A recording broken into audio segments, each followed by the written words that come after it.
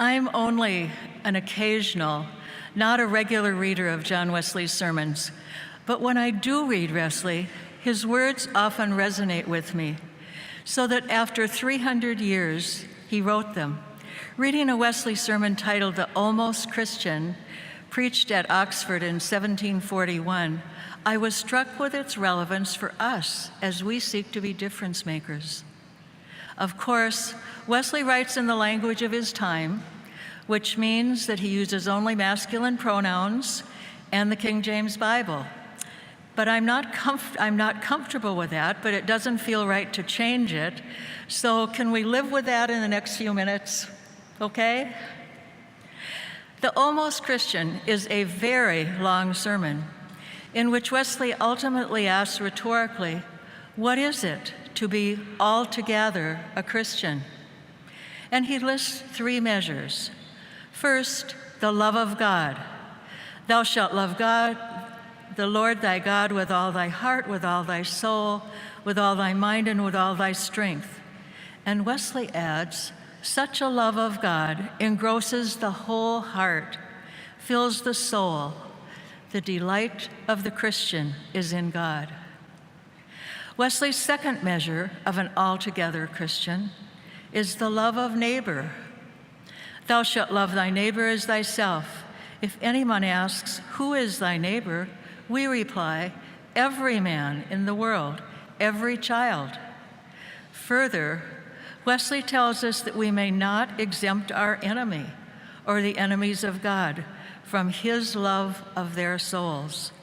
He describes and discusses love, largely based on Corinthians 10 and 13, and then he summarizes, love seeks only the good of others. Wesley's third measure of the altogether Christian is a sure trust and confidence in God as we know God through Christ. When Wesley talks about the measures of a Christian life, saying that we are to seek only the good of others, he also talks about sincerity. Explaining, he writes, I mean a real inward principle of religion from whence our outward actions flow. For Wesley, sincerity in one's faith implies a real desire to please God in all of one's actions. Using quite a few words, Wesley tells us that actions matter, both those that we do and those that we decline to do. An inward principle of religion from whence our outward actions flow. Methodical as he was, Wesley didn't try to cover every situation with a rule. Rather, he said, if we love God, love our neighbor, and put our trust and confidence in God, we'll do the right things, live the right way, make good choices. So the altogether Christian doesn't need rules about everything. The Christian's actions are a response to God's grace and lead to lives centered on others, not on self. An inward principle of religion from whence our outward actions flow. When we think of being difference makers, we think of doing good things, kind things, generous things. Being a difference maker is all of that and much more. At its best, being difference makers flows out of who we are.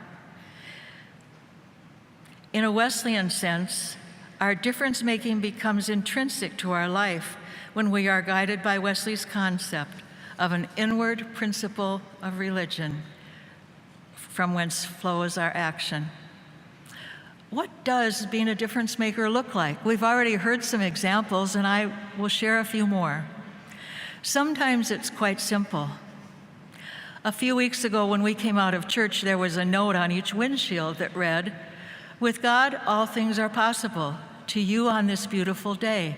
We have washed your windshield with the hope that your day will be filled with a clear vision.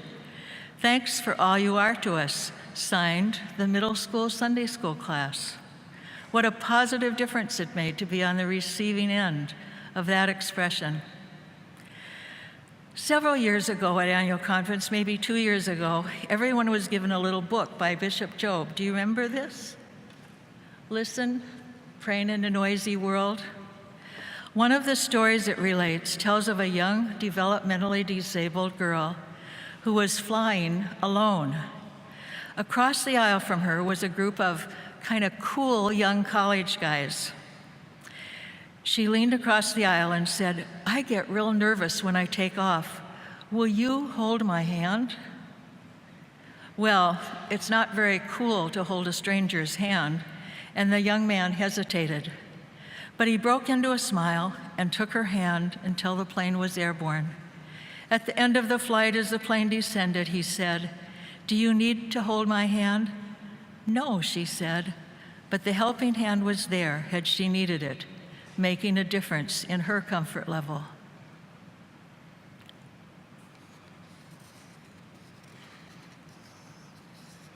Excuse me.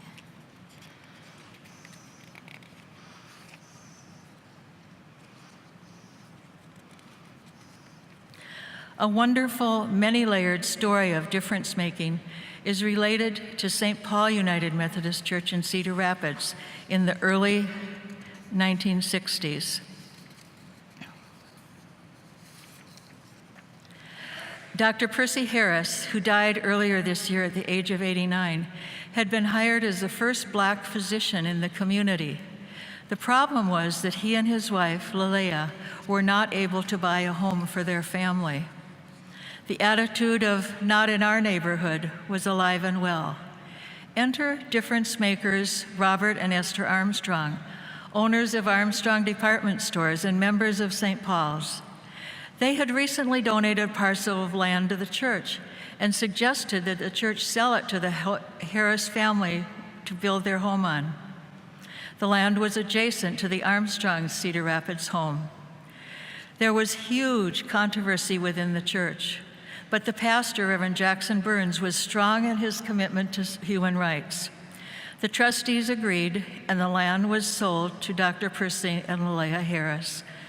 Many people left the congregation, but that difference-making decision by the pastor and trustees over 50 years ago, and the difference-making decision by the Armstrongs began a new chapter for justice in Cedar Rapids. In 1977, Dr. Harris became chief of staff at Methodist-related St. Luke's Medical Center, and later was the first person of color to be a member of the Iowa Board of Regents. Lilia was a gentle but strong, never-give-up advocate for human rights. The Harris family had a lifelong relationship to St. Paul's. Being a difference maker can mean everyday things, actions and kindnesses, words that lift people up, and it can mean living one's whole life on behalf of others.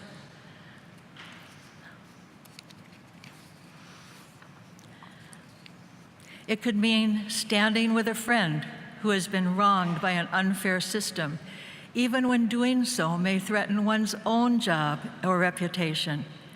It could mean the discomfort of stepping outside one's usual means of expression, maybe joining a demonstration for the first time because you are convicted that a statement must be made on behalf of someone who can't risk it making for themselves. We can be difference makers by acting on behalf of others.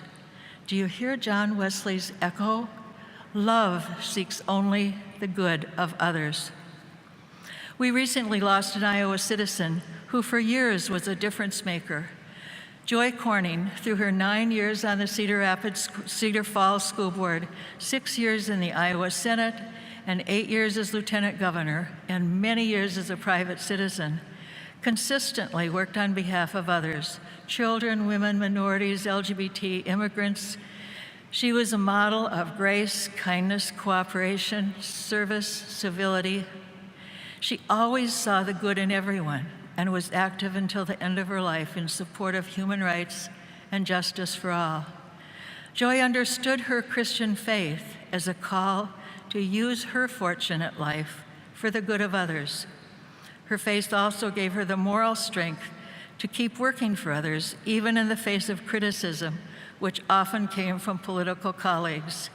I celebrate the courage of public difference makers.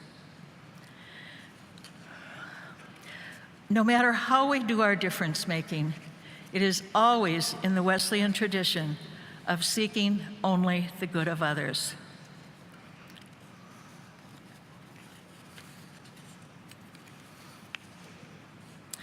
In the life of the United Methodist Church right now, many of us long for difference makers who could heal our divisions.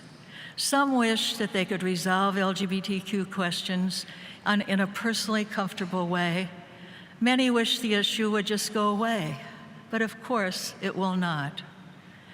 There's a quotation that I carry in my calendar, and I often contemplate when an issue seems insoluble. Life isn't about waiting for the storm to pass. It's about learning to dance in the rain. Life isn't about waiting for the storm to pass. It's about learning to dance in the rain. Although they're secular words, perhaps they help describe where we are right now in the United Methodist Church.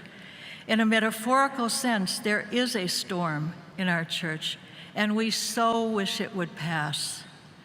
But wishing, we know, is not a strategy, is not a plan. So in the midst of the storm, both urgency and integrity call us to continue to dance, to be the church. Most importantly, we must continue to make and nurture disciples, both inside and outside our churches.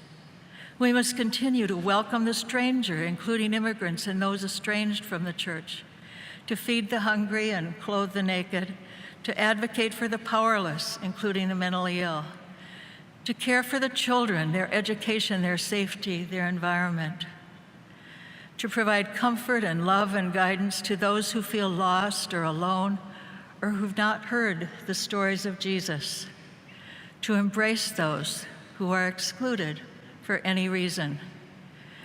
We need to keep dancing, doing the work of the church, being difference makers, even in this stormy time, maybe particularly in this stormy time. Because now, and when the storm lifts, God's people need the church. And because now, and when the storm lifts, God's world needs the church. The storm will pass. We don't know yet what form the church will take, what it will look like, or if we will all be one. But the storm will pass. It's very hard to live in this in-between time, this period of collective ambivalence. It's hard to wait. It's especially hard to keep dancing, doing the work of the church while we wait. But I believe that that's what God calls us to do. It seems important to take a moment to say that waiting does not mean that we are idle. We must pray for God's presence in every aspect of the conversations that divide us. We must continue to listen with both heart and head. We must be willing to share our perspectives strongly, but always lovingly. We must think about and be open to adaptive solutions that may be proposed and consider only those solutions that are for our church that are honest and that have integrity. We cannot pretend. We must be strong and attentive and kind to those who hurt, even though the struggle has been much too long. Through it all, and most of all, we must continue to be the church in the very best we can right now. God needs us, the world needs us to keep being the church, giving to the church, doing the work of the church. Life isn't about waiting for the storm to pass. It's about learning to dance in the rain. It's about being difference makers where we are in this time. We can't stop and wait until the storm in our church passes because the world needs the church now and needs Christian disciples who live out of Wesley's concept, an inward principle of religion from whence our actions flow. We can't stop and wait until the storm in our church passes because we're called by our Wesleyan heritage and history to tell the story, to be compassionate, and in Wesley's words, to seek only the good of others. Life isn't about waiting for the storm to pass. It's about learning to dance in the rain. We must keep dancing in the rain, being difference makers, knowing that at any time, God may well surprise us. Amen.